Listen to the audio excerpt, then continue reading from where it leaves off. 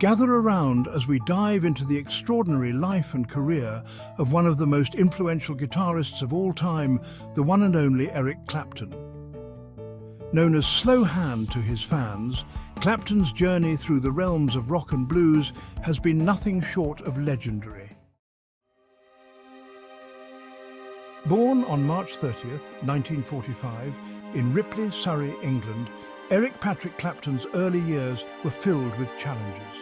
Raised by his grandparents, Clapton grew up believing they were his parents, while his real mother was, in fact, his older sister. These early experiences of identity and belonging would later find their echoes in his music. At 13, Clapton received his first guitar, a German-made acoustic Hoyer. Though difficult to play, it sparked a passion that would consume him for years to come. By 16, Clapton was already making a name for himself on the local music scene, mastering the blues chords that would define his career. In 1963, Clapton joined the Yardbirds, a rhythm and blues band where his guitar work began to attract serious attention. His time with the Yardbirds was marked by a devotion to blues that set him apart. But it was with John Mayall and the Bluesbreakers in 1965 that Clapton's legend really began to take shape. His work on the Bluesbreakers with Eric Clapton album, often called the Beano album, solidified his reputation as a guitar god in the making. He sought to explore new sounds, leading to the formation of Cream in 1966. With Ginger Baker on drums and Jack Bruce on bass, Cream became one of the earliest supergroups, blending high-volume blues jamming with psychedelic rock. Clapton's fiery solos and the band's extended improvisations made them a sensation.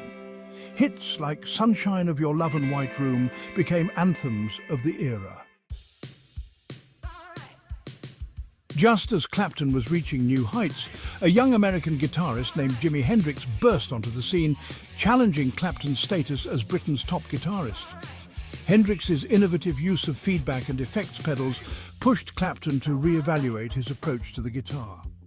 Their mutual admiration led to some unforgettable on-stage collaborations, but it also signaled a shift in the musical landscape.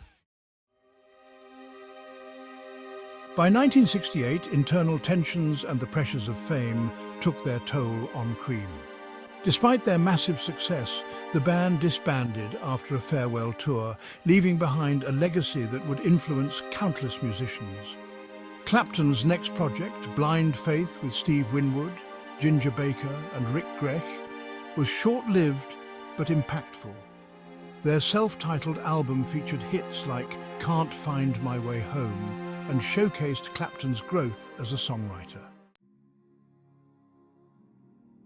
After Blind Faith, Clapton ventured into a solo career that would see him collaborating with some of the biggest names in music, including George Harrison, with whom he shared a deep friendship and musical bond. His first solo album, released in 1970, gave us classics like After Midnight and Let It Rain, cementing Clapton's status as a solo artist. But Clapton's journey wasn't without its dark chapters. The 1970s and 80s were marked by battles with addiction that nearly derailed his career. Yet, even in the face of personal demons, Clapton's music continued to resonate. His 1992 hit, Tears in Heaven, written after the tragic death of his son, Connor, is a testament to the healing power of music and Clapton's resilience. With over 100 million records sold, 18 Grammy Awards, and the distinction of being the only three-time inductee into the Rock and Roll Hall of Fame, Eric Clapton's influence on rock and blues is immeasurable.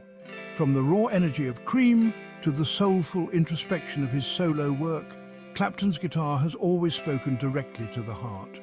So, whether you're a long-time fan or new to his music, there's no denying that Eric Clapton's contribution to the world of rock and blues is nothing short of legendary. Thank you for joining me on this journey through the life and legacy of Eric Clapton. If you enjoyed this deep dive, make sure to like, subscribe, and hit the notification bell for more stories from the world of rock and blues. Keep rocking, and remember, the blues will never die.